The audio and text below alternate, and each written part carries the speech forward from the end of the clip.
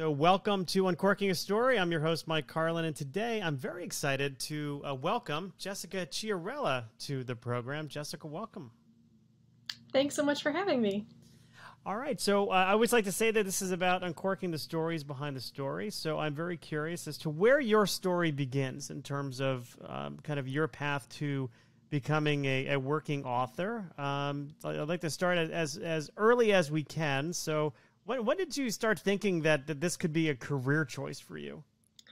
I think I was probably 6 or 7 years old when, the answer every time someone asked me what I wanted to do when I grew up was I wanted to be a writer. I loved Little Women. I loved Jo March. That was sort of imprinted on me as like, yeah, this is exactly the person that I want to be. And I always loved stories. My mother is actually a librarian. She's a retired youth services librarian. So like in our family, books were of paramount importance. I mean, it was just, that was what we did with our free time, was we were book people. I'm sorry. You were surrounded by books. Oh, all the time. Yeah. I mean, like we would go to the library, I think 2 or 3 times a week and just always get new books and read them together. And I mean, that I think more than anything, being read to as a kid gave me a very strong internal narrator. I was always the sort of person who could sit down at a blank page and just imagine, what I was thinking, kind of, in the same sense that you're being read to. So it was very easy for me to sort of find my way into a story. That way the words just sort of came for me. And then I took a more circuitous path once I got older. I got to high school and, I would start off these stories and think, well, I don't know where this goes. I don't know how to finish this story. I don't know what a middle is supposed to be like. And I didn't realize that writing is very hard, even for people who are successful at it. It's very difficult. And there will always be stumbling blocks and points in which you don't know what the next turn was going to be. And I've taken a lot of classes and been in a lot of programs and have sort of learned the tricks to figuring out where a story should go and what a story needs. But at that point, I thought it just meant that I wasn't very talented. I thought that a good writer would have a sense of exactly where their story was supposed to go. And because I didn't, I thought, okay, well, I'm good at coming up with concepts, but I'm not a very good writer. I never know where they're supposed to go. So I sort of shifted to other things. I ended up going to undergrad for political science, which I was and am still very fascinated by. And, I graduated in 2009 and sort of looked out on the landscape of the Great Recession and thought grad school might be a good idea. And, the one thing, I had this professor for a creative nonfiction class that was in my last quarter of undergrad. And she just happened to mention at the end of the class that DePaul University, the school that I was at, had a master's of writing and publishing. And it was based on learning how to write fiction. And it just hit me like a ton of bricks. The idea of just spending time writing fiction. It was what I did in my free time. I mean, I never finished anything, but I would start these stories and kind of write and write and write. And just finding out, oh, there's a place where I can do this seriously with other people who want to be serious about this. It was like to reach for a very terrible metaphor, just like a door opened, Mm-hmm. And I walked through and have kind of never looked back. So I did an MA at DePaul, and then I went on and did an MFA in creative writing at the University of California, Riverside. And that was sort of the way into professional writing for me. That's kind of where I got my start. How important do you suppose that those 2 master's programs were for you in terms of, building confidence, building a support system, building a network of people together? How important are all those things? Very important, I would say. I think the real difference for me was a professor that I had at DePaul's Masters of Writing and Publishing, Rebecca Johns. I mean, she was the first person who really sort of pulled me aside after class and was like, you're writing very good stuff. You need to take this very seriously. And she has been, the kind my, my mentor and my advocate ever since, in terms of, helping me make contacts, kind of giving me the bird's eye view of, okay, what does publishing look like for somebody who had never done it before? And, I think the MFA was really helpful as well. I mean, both programs, I was working with wonderful students. I made fantastic friends at my MFA program. All of the professors were incredibly, incredibly supportive. But, to have that kind of initial, attention from a professor, I think while I was still pretty young, while I was just starting out and feeling like, oh, I'm giving this a try, but I don't know, to have someone say, yes, you should be focusing on this. You are on the right path. I think that early positive feedback kind of made all the difference for me. Yeah, whether, I speak with a lot of authors doing this. And the one thing that everybody, has in common is that there was somebody at some point in their life who encouraged them, who gave them, and that could have been, for some of the people I talked to, it was like a teacher in grammar school. And to other people, it's, people a little bit, kind of later on in their schooling, or somebody else in their life. But that encouragement to encourage the creative process, it's almost like a seed that needs to be watered and have some sunlight from time, isn't it?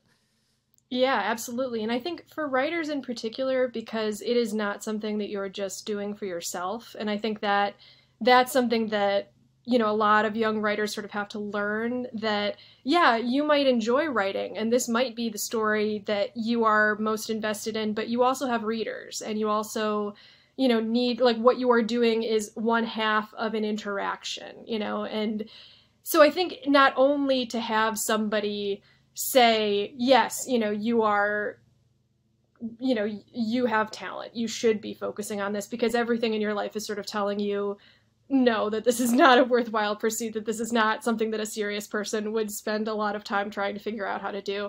Having that feedback, it's incredibly nourishing, and it really does help you grow. But I also think it's the first time I realized that what a reader took out of my story mattered. I think being in a workshop situation, you're learning to read other people's work critically. They're reading your work critically. You're sort of learning what all of that means, and you're sort of trying to navigate that line between, okay, this is the story that I want to write. How much do I need to care about the story that the reader wants me to write? And so I think getting feedback, and especially getting positive feedback, really sort of teaches you about that kind of transactional relationship, that you are writing work to be read if you want to work professionally in this area. Yeah, and I think there's an interesting tension there, because there's this tension between, as an artist, what you want to say and how you're choosing to say it. But on the flip side, there's the commercial reality of, what readers are looking for. And, I was talking to somebody a couple of weeks ago on this program who said she published her first novel. It sold relatively well, small printing, but, it was published through the trade. She had an agent. She thought her second novel was going to be easier to sell, and the feedback she was getting was, we don't see, the writing is strong, we don't see a commercial, reality here, and which upset her, but she took her energy and then wrote something that got her a 2-book deal, and, now is working with Samantha Bee on a small screen adaptation of it. So wow. It's just interesting how that sort of that tension is that the story that we want to tell, or that the way we want to say it, and realizing that maybe we don't have all the answers, I think is fascinating to me. Yeah, and I think I feel that a lot, especially in this point in my career, where I feel like, I made this shift from, my first book was speculative fiction. It was, kind of upmarket, like magical realism. And then, I went to my MFA program, and my first book was actually published while I was at my MFA program. And that program was very focused on craft. It was very focused on, sort of the pursuit of literary fiction, of writing literary fiction. And so then to come out of that and turn around and write a thriller, for me, it was very much about trying to figure out how I could craft the best story that I could, and it was, for me, I sort of rediscovered a love of writing in writing this book because, it's like if the writer's not having fun, the reader's not having fun. And I feel like the more I tried to stay within the lines of, okay, this is the kind of work that I've done before, this is the kind of work that I should be doing.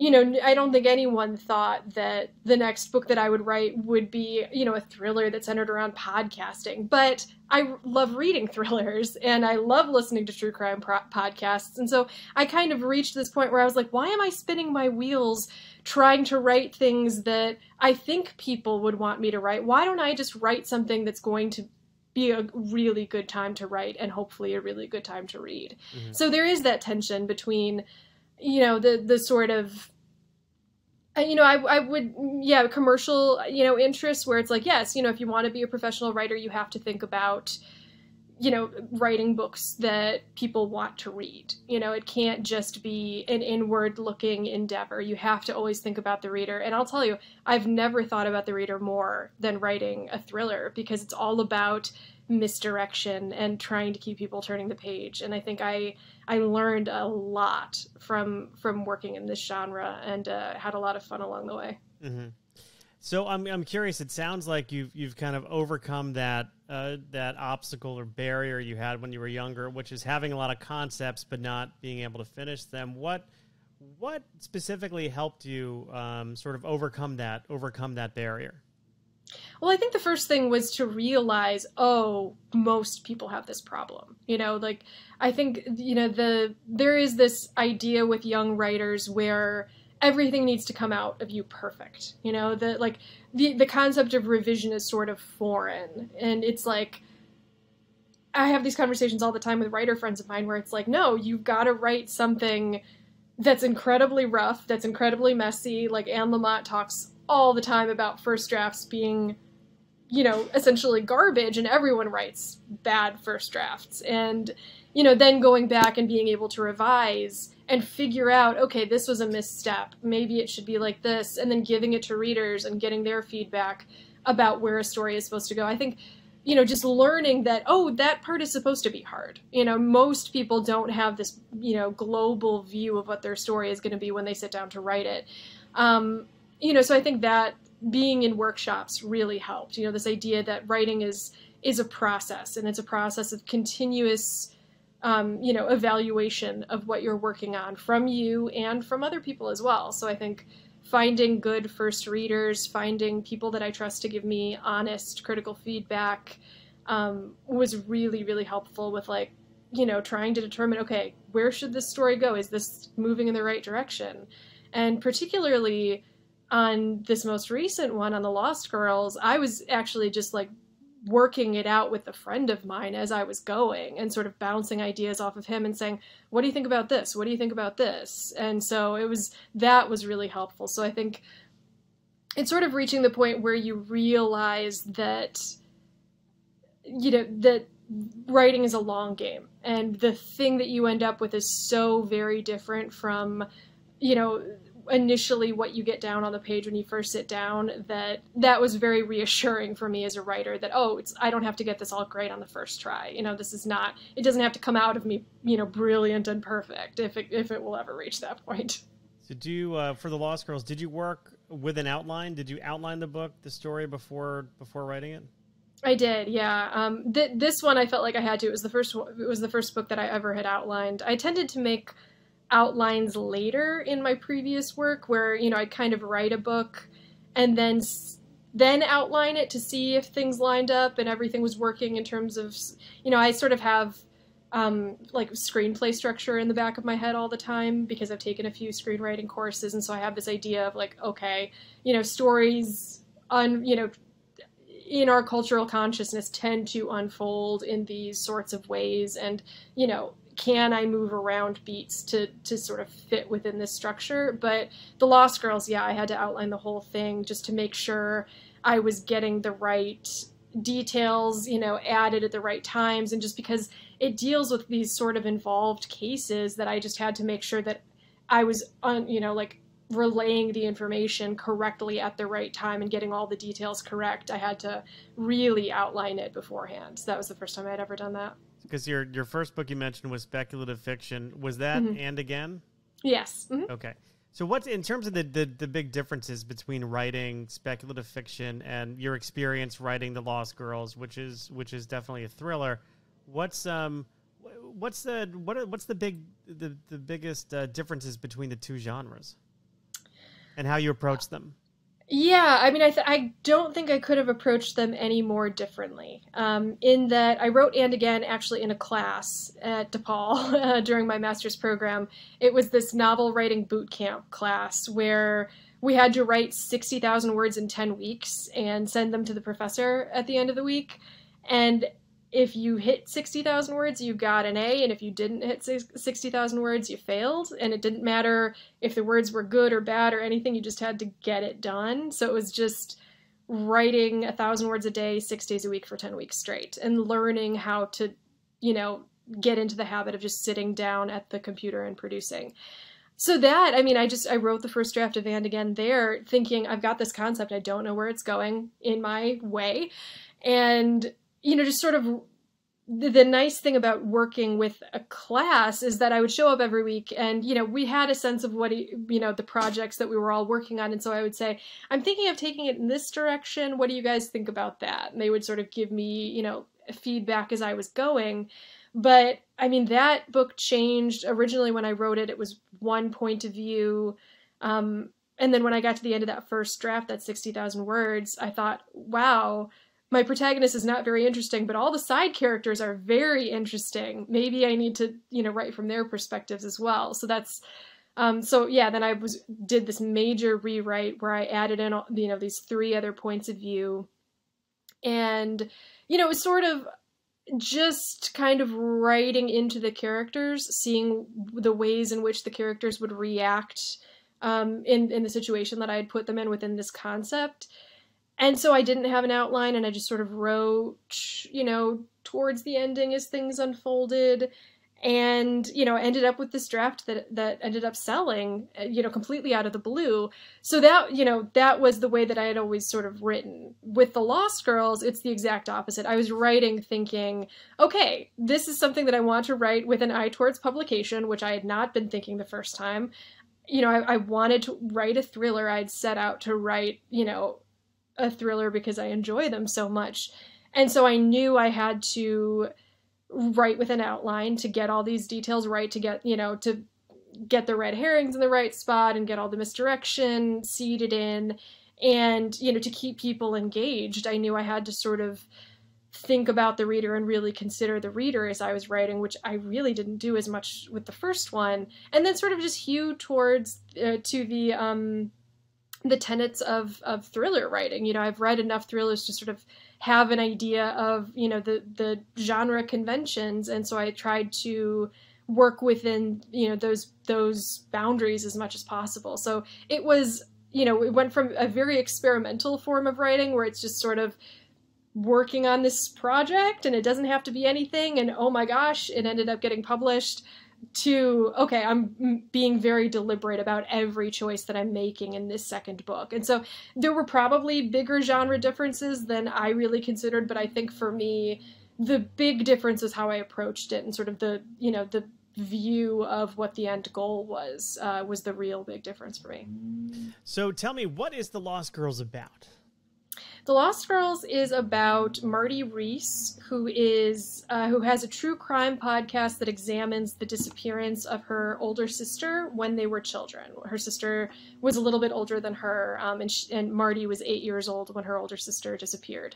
Basically, they came upon this car in the middle of the woods one day walking home from school, and her sister let go of her hand and told her to run, and got into this car and was never seen again. And so Marty has grown up with all of this survivor's guilt and has, reached this point in her life where everything has sort of fallen apart as a result of her obsession with her sister's disappearance. And so she has this podcast that explores her sister's disappearance, and it goes viral. It's very popular. And as a result, new leads start coming out of the woodwork. So she's contacted by this woman named Ava Vreeland about a case that Ava believes is connected to Marty's sister's disappearance. And it's a wrongful conviction case that she's trying to get overturned. And that's kind of where the action of the book takes off from. Yeah, wow, that sounds fascinating. Are you were you a big fan of Serial? Huge fan of Serial. In fact, Serial was what I had in the back of my mind the entire time writing this, because I was so fascinated by the kind of secondary characters of Serial. You know, everyone was sort of interested in the main case, and I was so interested in, you know, the family friend, the attorney who had sort of, you know, was the reason that all of this had gotten started. And I thought, what must her life be like that she has spent the past decade or two, you know, just pretty much focused on, you know, getting this kid out of prison. And it's just like, what does that do to someone's life when they feel like nothing in their life can be set right until they have figured out how to right this fundamental wrong? Yeah. And so I just became kind of obsessed with, what does that do to a person? You know, that not only, are we interested in sort of the people who were involved in the case, but the people who were just impacted by it in the family, in the local community, I found really, really interesting and wanted to explore that. Yeah, no, my niece turned me on to Serial. And she and I were just joking around one day, and I said, you know, we should do a parody. This is going back, I don't know, 8 years ago. I'm like, we should do a parody about this and call it Serial, but spell it like breakfast cereal. Yes. And have all the characters be, you know, the different cereal mascots, you know? Yeah. And have you seen that T-shirt, that serial killer T-shirt, where it's just the mascots? Like, it's very good. No, but you know, it really ushered in, like, that podcast really ushered in like a resurgence for true crime, because it was a genre that, I mean, the genre's always been around in sort of book form, but you know, it really got a rebirth in the form of an audio story. And I think that in terms of publishing, you know, true crime books have had a resurgence as well. Yeah. And I've been thinking a lot about that, like, what is, you know, the root of our obsession with true crime as a culture. And, you know, I think podcasting so lends itself to true crime because it allows you to do these deep dives that, you know, we sort of had never seen outside of book form. And unless you were a person who, like, true crime was your thing, you were probably not reading a lot of true crime books. And so podcasting gave us this way of just, like, on our commute, on our way to work in the morning, taking these deep dives, these episodic, you know, examinations of each aspect of a case. You know, here's the background.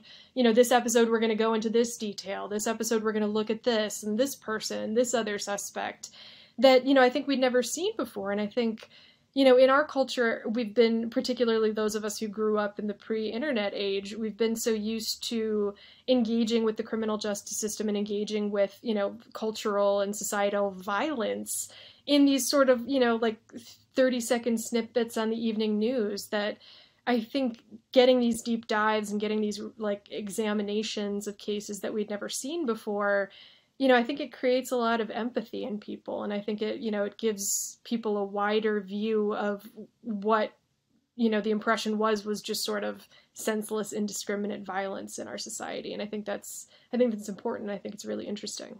Yeah. And I think too, it's like with true crime podcasts, certainly Serial, and there's a whole bunch of others, obviously, it brings you back to, it's almost like my parents' generation. So my parents are in their late 80s, or 88 and 89.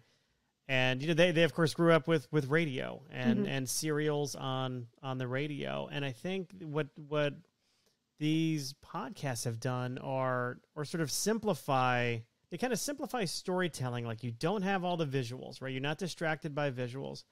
But if the storytelling is good and captivating and, of course, well produced, it can really hook you. But I think the hook is also, it's just the simplicity of the format, you know, just being able to engage and immerse yourself into this audio story without all the distractions that we see on TV or, in other places.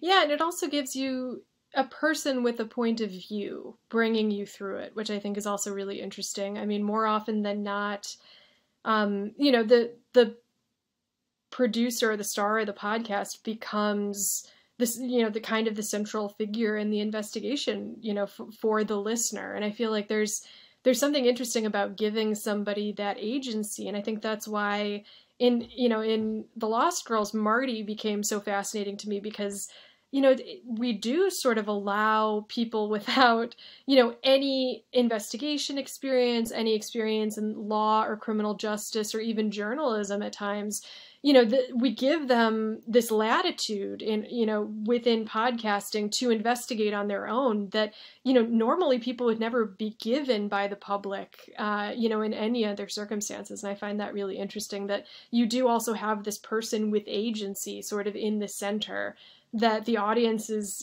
going along with. And I think, that creates a lot of complication, but also I think is one of the really fascinating things about it as a medium. Yeah. So The Lost Girls is out now. Mm-hmm. I assume you can buy it wherever books are sold. Yeah. Yeah. Anywhere. Just, any of the major retailers. Yeah. Yeah. But I'm curious. Did you have a backup plan? So for example, if the writing thing didn't work out, which I can't imagine it not doing, right? But let's go to the land of make believe. Oh, I can imagine it. Well, I'm sure you could. Did you have a backup plan? I mean, was there a plan B? Did you have an alternative career in mind? Yeah. I mean, I think I always had law school sort of in my back pocket. As this, I was always interested in politics. I got a degree in political science, and there's always this side of me that feels like I love writing, and that's why I enjoy doing it. And I think that's why I'm able to devote enough time to it that I've gotten good at it. But writing also feels like something that I do so much for myself that there was always a side of me that was like, maybe I should be doing something that has more benefit to society in general. Like, stories are important, and I do not want to downplay the importance of art in our society. But especially at the height of the Trump administration, there was a part of me that was always like, well, if the next book doesn't sell, maybe I'll go into, like public interest law. Like, maybe I'll give that a shot. It's so fascinating to me that you said the legal profession, because in the past, I don't know, 5 episodes, maybe 6 episodes of the show, 3 of them were with former lawyers. No kidding. Who all left the legal profession to write fiction.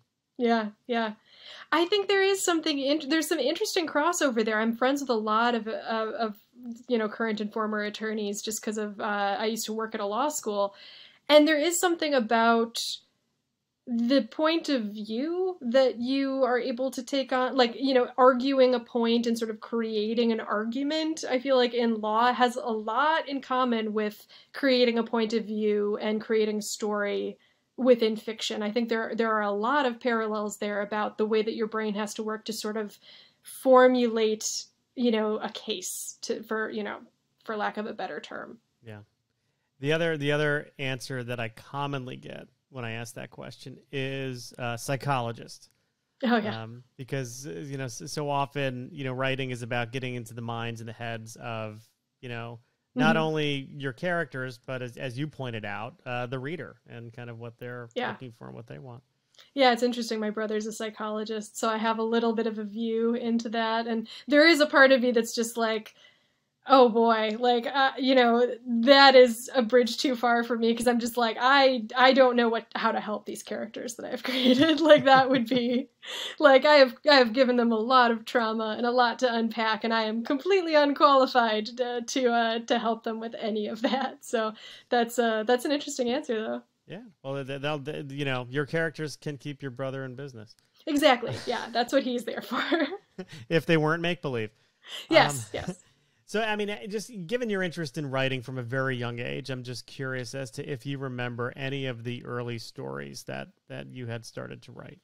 Oh, yeah. We always had like writer's workshop in school, and there was this story that I wrote one year that was a finalist in this young author competition that Illinois had every year. And so, I got to go downstate to this conference in Springfield, and it was like a big deal. And I just, the thing that always stuck out to me, it was like a Little House on the Prairie, like ish story about this girl and her horse and her best friend. It was just very much kids fiction. But there was this revelation for me pretty early on when I started writing these stories that I was a quiet kid and I was a daydreamer. I would always be off in my head somewhere. And so I think the connection that I made when I thought, oh, like I could write this down, and then, did that, and then, got, a positive response from the people around me. That was, I think, the big turning point where it's like, oh, the stuff that I sort of just sit around looking out the window thinking about, writing myself into Little House on the Prairie, essentially, I can just put that down on paper, and that's called writing, and that's something that's valuable, and that's something that's important. And so, yeah, for me, that's the one that always stuck out to me, because I just remember vividly, like, sitting at my parents' dining room table and just, like, trying to figure out what to write, and then just thinking, oh, I'll just write that. And it was really a light bulb moment for me as a kid. So I'm curious, how old were you at that point in time? Oh, I want to say that was either first or second grade, so probably 7-ish. 7-ish. Okay, so yeah. So think about yourself at 7 years old, and think about yourself now. And if you could write a letter to your 7-year-old self, what are some of the things that you might tell her? Oh, that's an interesting one. Specific to writing or just general life lessons? It could be general life lessons, yeah. I would say not to worry too much about getting things right the first time. I mean, I think in writing and outside of writing, I think, there was always this sense that I knew so many people who knew exactly what they wanted to do with their lives and sort of, had it all mapped out, especially in high school. There were always those kids who sort of had all the answers, they started to look at colleges and that sort of thing. And for me, I was interested in so many things. I think that if I could tell kid me one thing, it would be, follow your interests, go where your energy takes you. And, that has served me very, very well in my life. And I feel like that was a hard lesson to learn, because you sort of want to get it right the first time. You don't want to be seen as shifting gears or the person who hasn't figured it out, even graduating from undergrad. I mean, graduating, and with a bachelor's in political science and thinking, oh, I think I want to focus on creative writing, felt like a very hard left turn for me, and involved a lot of conversations with a lot of people in my life. And then I think I would also just tell her to trust, in your own abilities, and to sort of, don't second guess, and don't allow the inner critical voice to get too loud, because that's a very easy thing to do, particularly in writing, but in life in general as well. That, I think we're all, a lot of us grow up as sort of mini perfectionists and want to just do everything perfectly. And when you don't, you beat yourself up over it. And I think for me, learning that life and work and success involves a lot of false starts and a lot of mistakes, I think was a hard lesson for me to finally learn. But I'm partially there, I think. Yeah. Well, that 7-year-old girl turned out pretty good, I'd say. Yeah. All right. So one other sort of more difficult question. So if God forbid, you're stranded on a desert island, right? Oh God. What 3 authors? You don't have to give me the actual specific works, but what 3 authors would you want to have access to in terms of their body of work? Oh, see, this is a tricky one, because this is it's not the favorite question. It's like, who has a very interesting and diverse body of work that would keep me occupied, right? Jennifer Egan, definitely. Stephen King. And Octavia Butler. All right. I have to ask, what's your favorite King novel?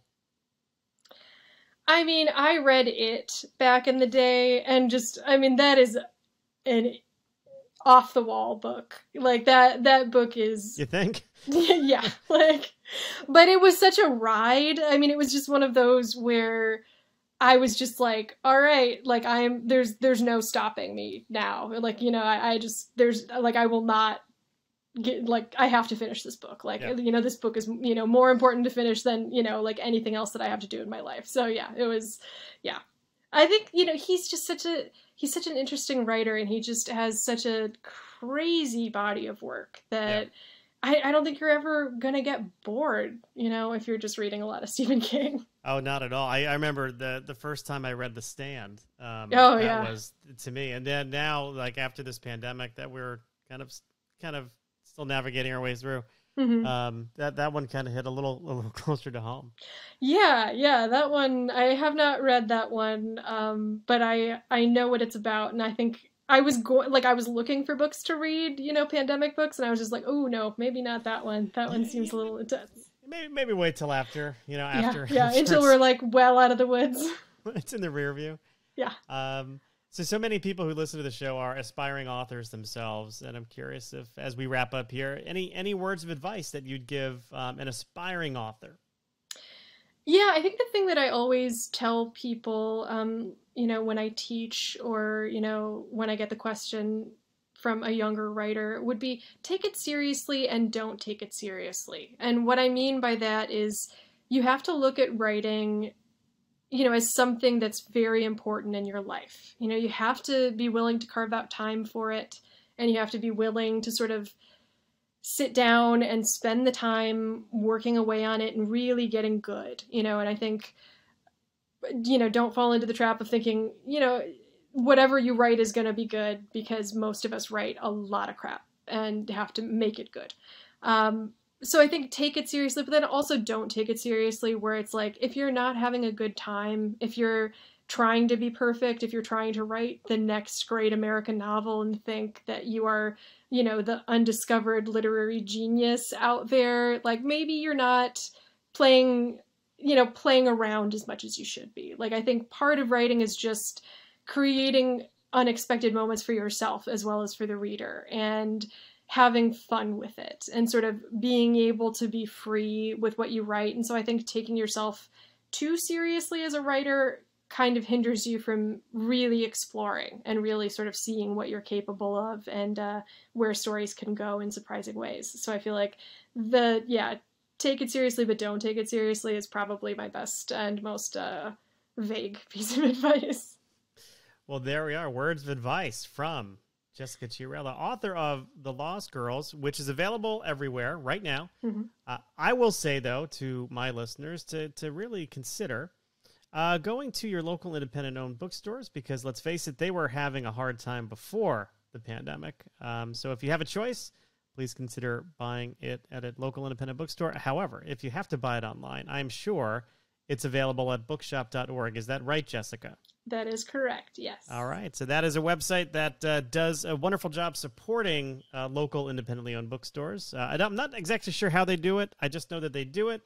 And my little bookstore in New Canaan, Connecticut benefits from it. So I will give them a plug as well. Jessica, this was a fun conversation. Thank you so much for coming on the program. Oh, I so appreciate it. Yeah, I had a great time, and thank you so much for having me.